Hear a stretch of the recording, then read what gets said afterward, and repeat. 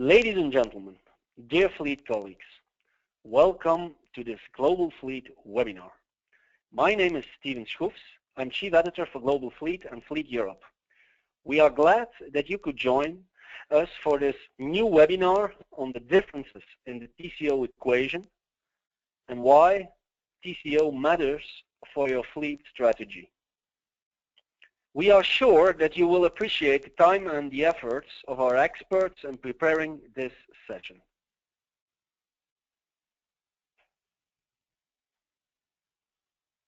Why this topic? Well, TCO, let's say total cost of ownership, is a central concept in fleet management. It unites all elements that bear upon the cost of a company car from the start of the contract until the very end. Total cost of ownership, or TCO, is also a universal concept, valid in every market, however mature or not. But, and this is a little bit the tricky part, TCO is not really a fixed concept. The elements of TCO are volatile and market specific. Even within Europe, the definition of TCO varies and will vary over time. And as it has evolved over time, so TCO will continue change in the future. In today's webinar, you will first get insight in some key results of a global TCO survey conducted by GE Capital's consultancy team. Afterwards, we will deep dive in some country specifics with regard to the TCO equation, and you will get a case study insight about the use of TCO in a real corporate fleet environment. Here is the program for this session. First, I will give the webinar floor to Mr. Florian Waldegger. He is Director Global Fleet Consulting at GE Capital International. He will explain the highlights of the TCO report and comment on country-specific TCO examples. Thereafter, Mr. Michael Pohl from Microsoft will present his view on the importance of the TCO concept in his company. And finally, as always, let's say with our webinars, there will be time for you to ask any question you'd like to both our expert speakers and our Q&A at the end of the webinar. You can do so through the chat function in the webinar tool.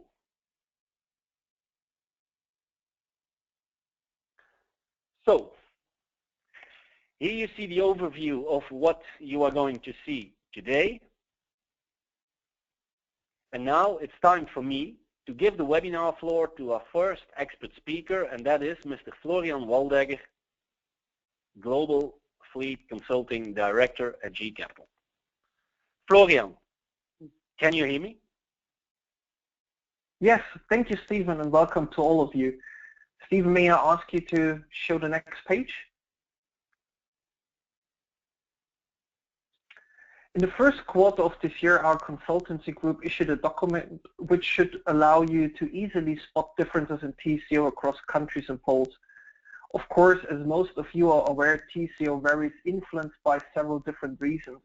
The financing and funding type, the level of services used, contractual duration, mileage, discounts, and the usage profiles heavily impacting the overall TCO.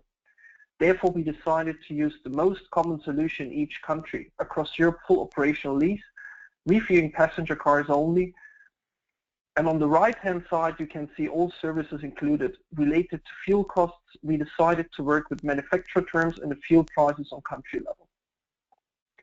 Let's have a quick view on the global findings before we will continue with the European country specifics.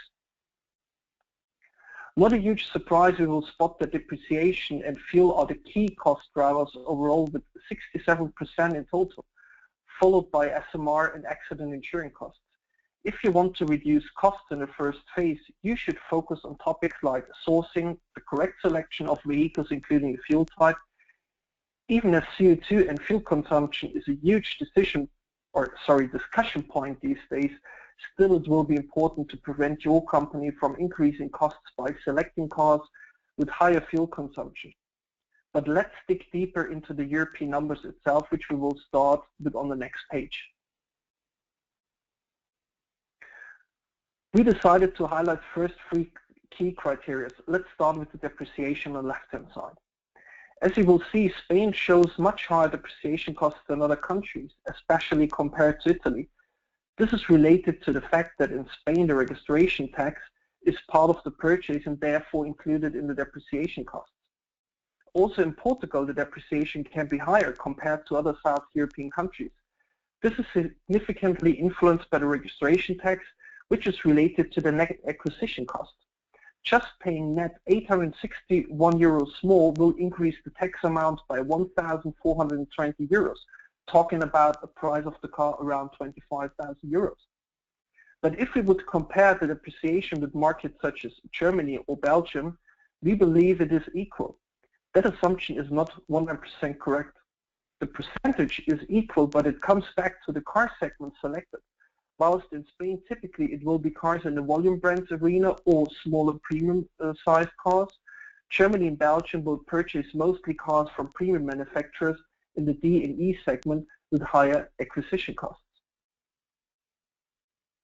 Moving on to the next graph on the top right-hand side. The overall average on fuel is about 24%, whilst in France we see only 19%. This relates back to the situation France is usually purchasing smaller vehicles with more fuel-efficient engines, as an example the Renault Clio against the Volkswagen Passat. This has been forced also by the taxation. France was clearly an early adopter and pushed all of us to consider downsizing already a while ago. Italy also shows lower fuel costs, but in fact it is forced by less annual mileage driven, on average 10,000 kilometers less than other European markets. Another key driver in cost is the part of accidents and insurance. Spain usually installs cars always with a full comprehensive coverage without deductibility. This leads into 18% of the TCO. Italy would show equal numbers with 19%, but in fact as of different reasons. Identified, therefore, is in the country's relatively high rate of road traffic collisions. In addition, a rise in the number of deaths, up by 10% since 2010, has pushed higher insurance costs. Germany is also using mostly full comprehensive insurance, but including a deductibility of 500 euros per event. Having said before Spain has included registration taxes into the purchase price, I would like to highlight more of these points on the following page. Thank you, Stephen. Firstly, I would like to quote the European Automobile Manufacturer Association now. Motor vehicle taxation is worth hundreds of billions of euros per year to European governments, helping to fund both infrastructure as well as paving the way for the development of non-auto related projects. Taxation on motor vehicles in the EU 15, including VAT, sales, registration taxes and excise duty on fuel, it's worth just under 400 billion of euros annually, almost 3 times the total budget of the European Union. However, there is a still huge variation in both the basis for taxation and tax levels across the European Union. Several member states tax cars on their power, price, weight, cylinder capacity, or a combination of these factors, though increasingly countries are adopting CO2-based taxation. Presently, 20 EU member states tax vehicles on their road according to their CO2 emission levels. The automobile industry in Europe is in favor of tax harmonization as a necessary component of the internal market. However, harmonized taxation must be neutral between transport means, targeting energy usage, CO2 and emissions. This is the first necessary stage before it becomes possible to have a single European market for transport and energy. As in some countries, the taxes are directly linked to the purchase cost. Such markets like UK and Belgium, Netherlands, it is being seen as an individual contributor. 13% of the TCO in the UK are forced by national insurance. CO2, of course, has a high and huge impact. This cost is not just influencing the company, but also the cost for the employee in terms of their benefit in kind liability. Looking at Belgium and Netherlands, we see again 2 different ways of taxation.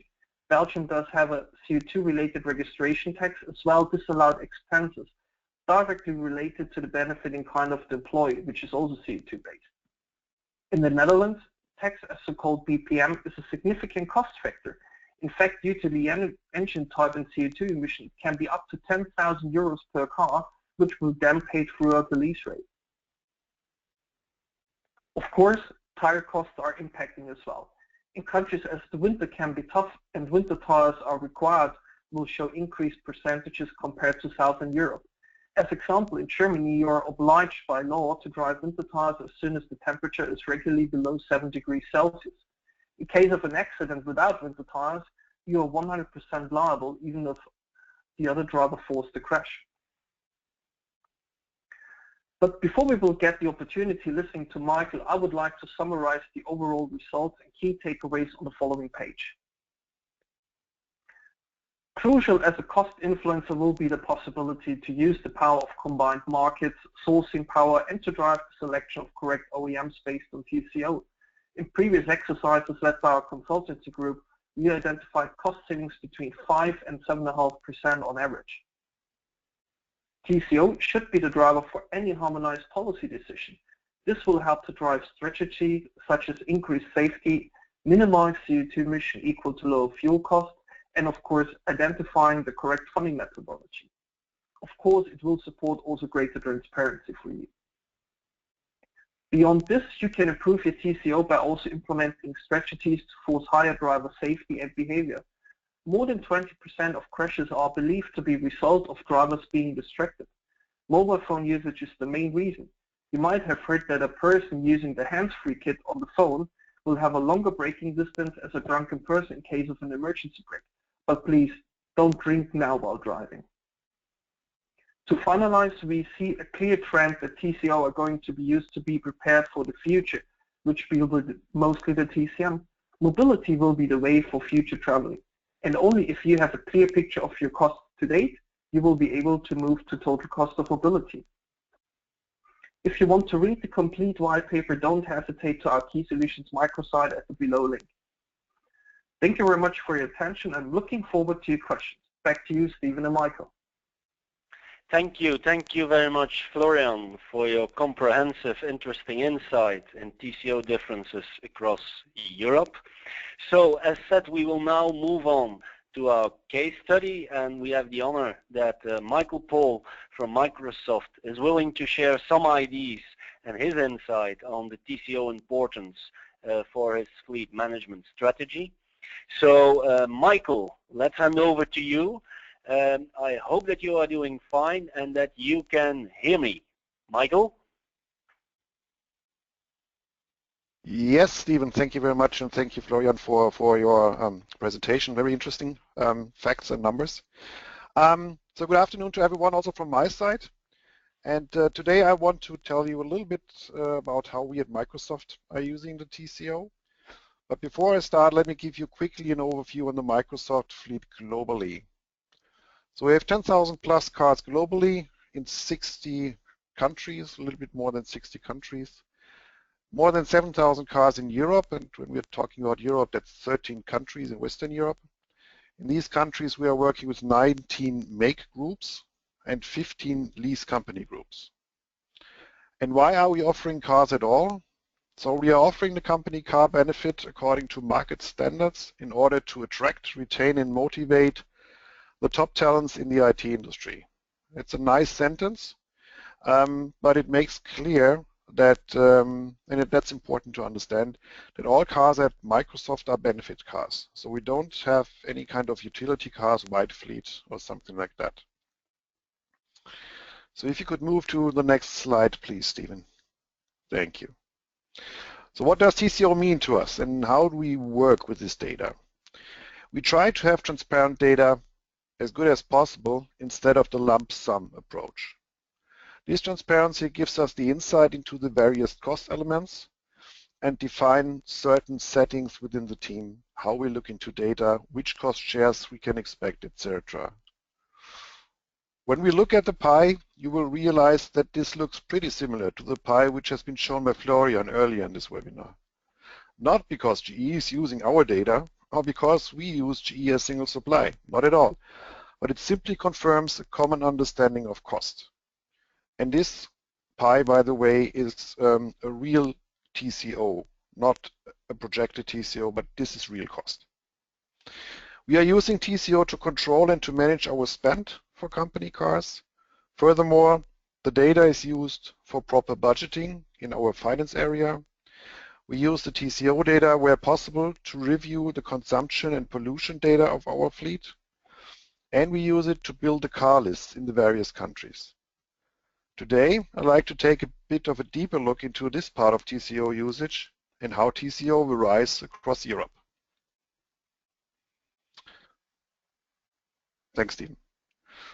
For this exercise, I've selected a pretty common fleet vehicle, a BMW 320 Touring. Many of you will use this car in your fleet, so it's familiar. On the top left table, you can see the cost for such car in the various markets and with various mileage clusters. You will realize you're not showing 13 countries here, but this is the countries where we have the best cost information, the best TCO information. That's what I'm showing to you. The cost shown is without fuel, and of course not all cars are exactly the same, but with 228 relevant cars in the overview, I believe we have a nice set of data we can work with. The color coding shows in green the lowest cost values and in red the most expensive ones. On the top right table, the cost per liter diesel is displayed and the average consumption cost based on a consumption of 6 liters per 100 kilometer. I've done some recent research on European fuel cost data, and it shows a variation on a single liter of diesel of 45% across Europe. For this analysis, I've used the annual mileages between 20 and 30,000 kilometers. Both tables combined result in the bar chart on the lower side. Whilst the average cost is shown as a line in amber, the different country-related cost bars show overall significant deviations. Between Belgium as the cheapest and Switzerland as the most expensive one, we have a cost variation of 100%. Now imagine, you would set the available budget across the European theater at just one amount. That sounds like an unfair game for countries like Denmark, Finland, Netherlands, and Switzerland, at least in our example. Can you move, please, Stephen? Thank you. Now let me get a bit more specific on our practice to define car lists, or car basket as they are called sometimes. The example I'm showing is taken from the German fleet, but can be applied to many European countries. To familiarize you with the principle, our employees get a company car benefit according to their so-called job levels. Per job level, certain cars are defined as reference cars. For those cars, we are gathering the TCO numbers for the defined time and mileage combination. The cost mix of those cars in setting the budgets for the individual job levels. In this case, something around 700 euro. Our employees in Germany can select out of a list of more than 2,000 cars, and we have projected TCO for all these cars. The TCO of all cars are mapped to the reference budget, and if, for example, a car is cheaper than job level TCO, the employee can select additional options without private contribution. Or, in case the TCO is higher, the private contribution is defined based on the difference between individual TCO and reference budget. In the graph, you can see some relevant cars in our German fleet and their list prices. As we are not considering the list prices at all for our budget settings, this is just an additional indicator individualization, but it's a common one and therefore I kept it in. The orange bar on the right shows the average list price. The green bubbles are showing the remaining driver budget before a private contribution would be required. The higher the green bubble, the more remaining budget is available. It is very interesting to compare a couple of those cars. For example, a Mercedes C-Class, which has the biggest free option budget, compared with the BMW 3 Series, whose budget is comparably small, whilst it has nearly the same list price. Or in other words, the formerly mentioned 700 euro minus the remaining driver budget is showing the TCO for the car. In this comparison between C Series and C-Class, that's a difference of more than 100 euro per month. And I can tell you, it is not the front-end rebate which is steering this difference. Both cars are pretty similar there. Overall, The example should demonstrate how we use the TCO to build our car list and make them as fair as possible for us at Microsoft, but also for the employees who want to drive attractive cars. I believe that many of us here in the call are using already TCO to define the choice of cars versus previously used methodologies like list price, net list price minus discount, finance lease rate, and so on. I hope the principle and usage is clear, but please feel free to drop your questions later in the Q&A session. So next slide, thank you. Finally, what are our learnings? Only TCO allows proper planning and calculation of required budgets, either from finance or for individual car level budgeting. Transparency is key. Go for cost breakdown to identify high cost drivers, which ultimately enables you to steer your cost long term. Significant cost drivers can be consumption, but also, as Florian correctly outlined, insurance, taxation, or extra cost for wide tires, for example. Try to find relevant market data in order to compare your fleet with the market.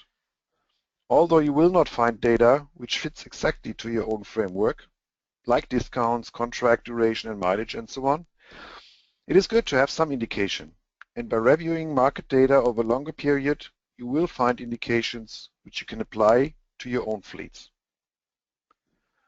As we've seen on previous slide, a cheap list price car is not necessarily a car which is low on TCO.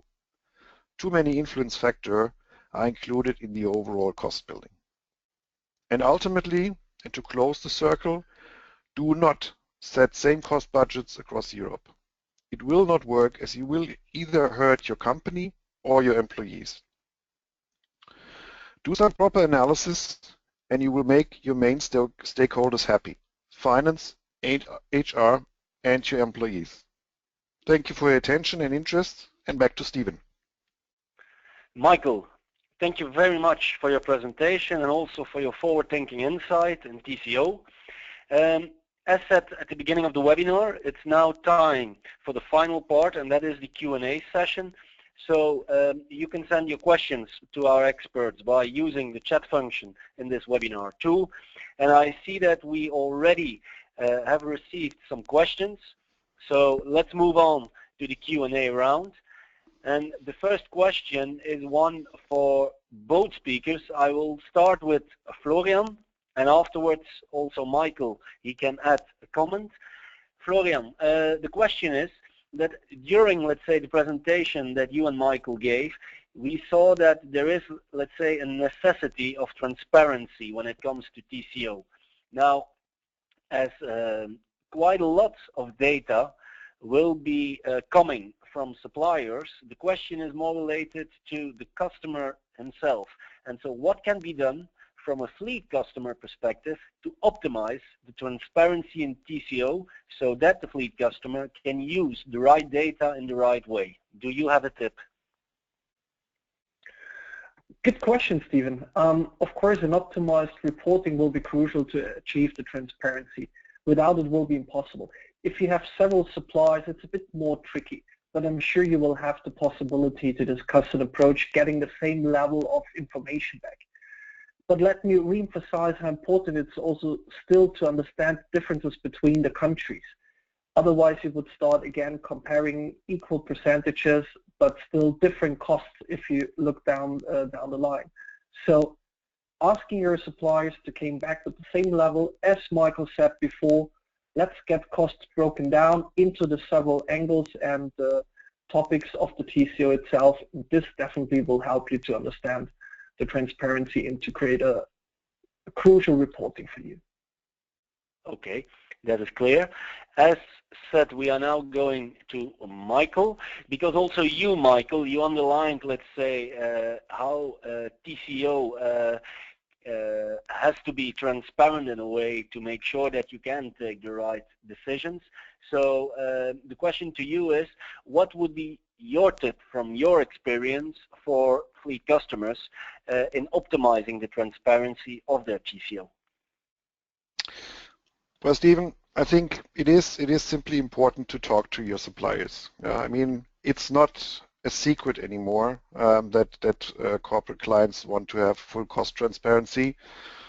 And certainly we can discuss endlessly if it's really required to see interest rates, management fees, and residual values. But when we are talking about transparency, I'm pretty much interested in the maintenance cost, in the tire cost. Yeah? And the experience tells me that when you have a good relationship with your supplier and an open and trustful relationship, that's key. Yeah, and then everyone will understand why it is required, because it's a collaboration. Yeah, both parties are interested in to continue their collaboration.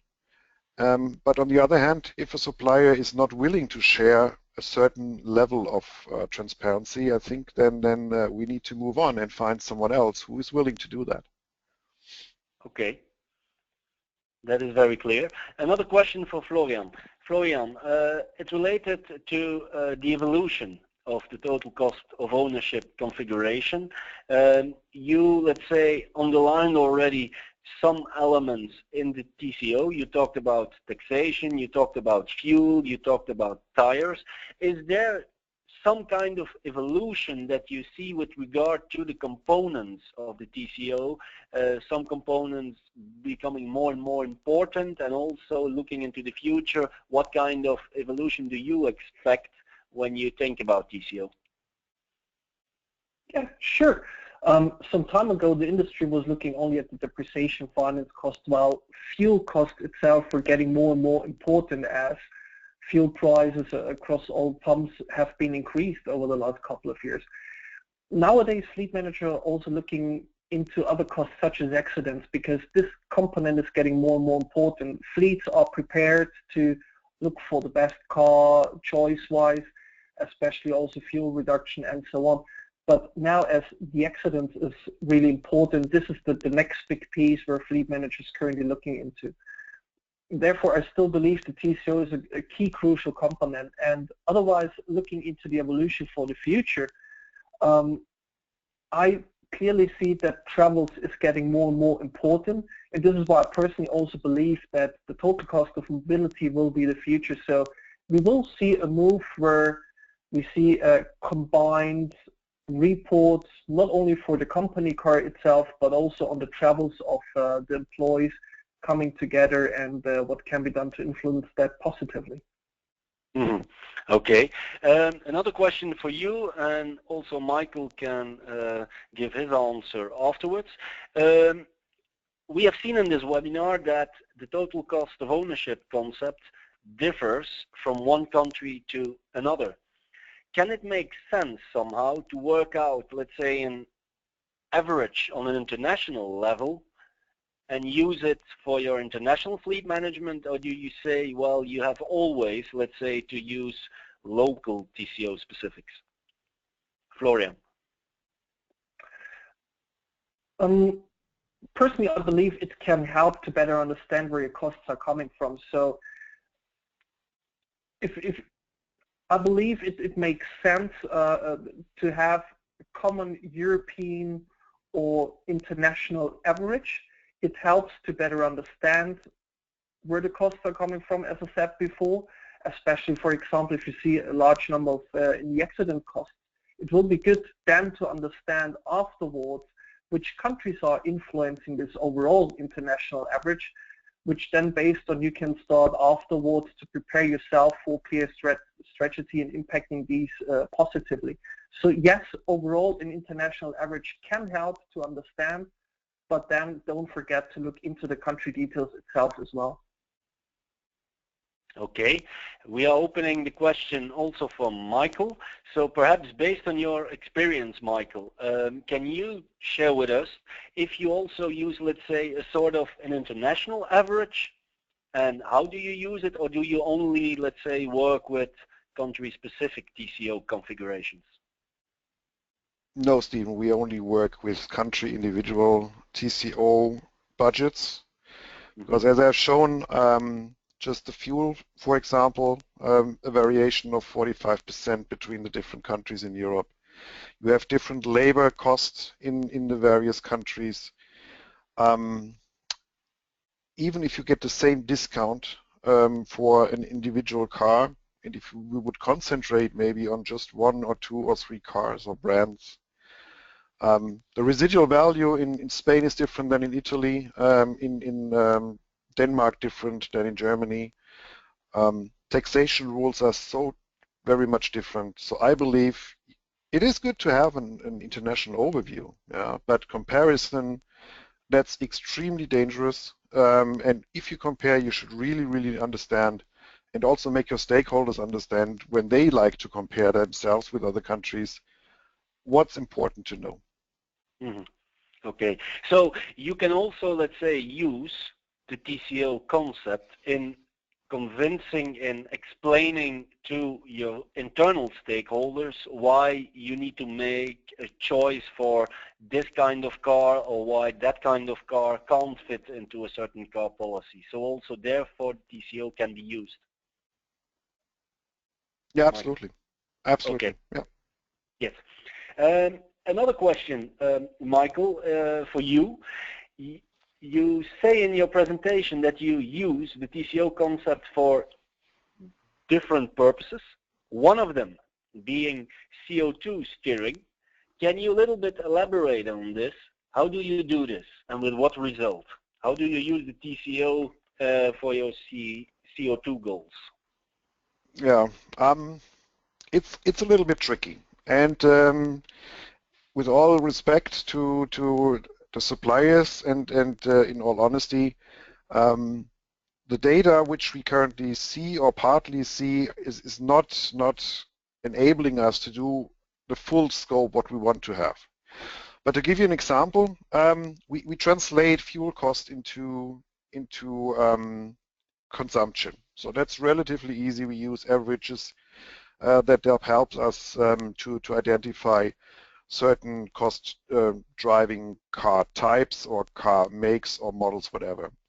And specifically on the hybrid sector, that has helped us a lot to understand, so what is the real consumption versus the budgeted consumption? And I call it the hybrid trap, because when we are talking about a car which should have a consumption of 2 liters, and all of a sudden the real consumption is something around 4 or 5 liters, it's not budgeted anymore. Yeah, and as what I explained, we are participating the employees in the TCO costs. So if you are over budget, and that includes fuel, for example, you need to pay a private contribution. And if an employee is not driving the car in the dedicated way, let's say it this way, then we need to talk about individual contribution from the driver. Mm-hmm. Okay, that's clear. Is it clear? Yeah, because it's quite complex. Yeah. Okay. Another question that I have for you, Michael, is with regard to the TCO configuration that you put together, and the question is with regard to the updates. Do you have a tip to share? Because the TCO will evolve over time. Fuel prices will change, so the weight, let's say, of the different components can also vary from one day to another and over weeks, etc. How do you deal, let's say, in terms of the TCO concept that you have with the variations? How often do you change it? How do you deal with the updates of your TCO configuration? Yeah, that's a very good question, Stephen. And in fact, when we are talking about the new car ordering system, so the car list, what I've shown, that is updated on a quarterly basis for all the cars. That gives us at least a relatively close look to what the market is. And then in parallel, of course, we are tracking the real cost, because in the ordering tools we have projected costs, what we get from the lease companies. In our reporting tool we have the real cost. And comparing this is quite interesting, and there you will also see the reality in fuel consumption, and then you can identify the heavy gases, and then work on that to remove them from the fleet. Mm-hmm. Okay. A final question for both expert speakers. I will start with Florian. Florian, what would be your key tip for corporate fleet managers that want to start with the TCO concept as a steering and cost control mechanism for the international fleet management, and that perhaps don't do it yet? What would be your key tip for them? Yeah, having said earlier, it not only helps to increase the transparency, there are tons of examples existing where the pure depreciation finance cost of cars were looking equal, or as Michael showed before, you see kind of equal list price, but when you take the budget or the TCO budgets in the background, you see large deviations. So as soon as you're going to look deeper into the numbers, you will spot the differences, and it won't be only just fuel, it will be also SMR or tire costs that can lead into complete different results. So coming back to a question, if you have a clear picture, thanks to TCO, you can take the correct decision for your fleet and prepare any upcoming strategy, and you will be able to convince your key stakeholders. Mm-hmm. Okay. Michael, also for you, what, let's say, key lesson do you have for the participants that, let's say, want to increase the transparency and their fleet management efficiencies with regard or by using the TCO concept? Is there a key tip that you can share? Well, you said it, Stephen. It's transparency. What you also need is an excellent reporting, and you need to work on that, because you always need to combine theory and reality. And then, yeah, expect the unexpected. So as I've shown, and Florian as well, I mean, nothing is really clear to everyone. Yeah, so could be list price, could be interest rates, could be residuals. Yeah, stay up to date. Coming back to your previous question, so update your TCO setting on a regular basis. That is also pretty important from my perspective. Okay, gentlemen, thank you very much for your time. Thank you also for your expertise. We have come to the end of this Global Fleet webinar. As you can see, there will be a recorded version of the webinar that will be made available online on our websites, fleeteurope.com and globalfleet.com. Please also spare a few minutes of your time to complete the satisfaction survey in order to improve our future webinars. Thank you very much and have a great day. Bye-bye.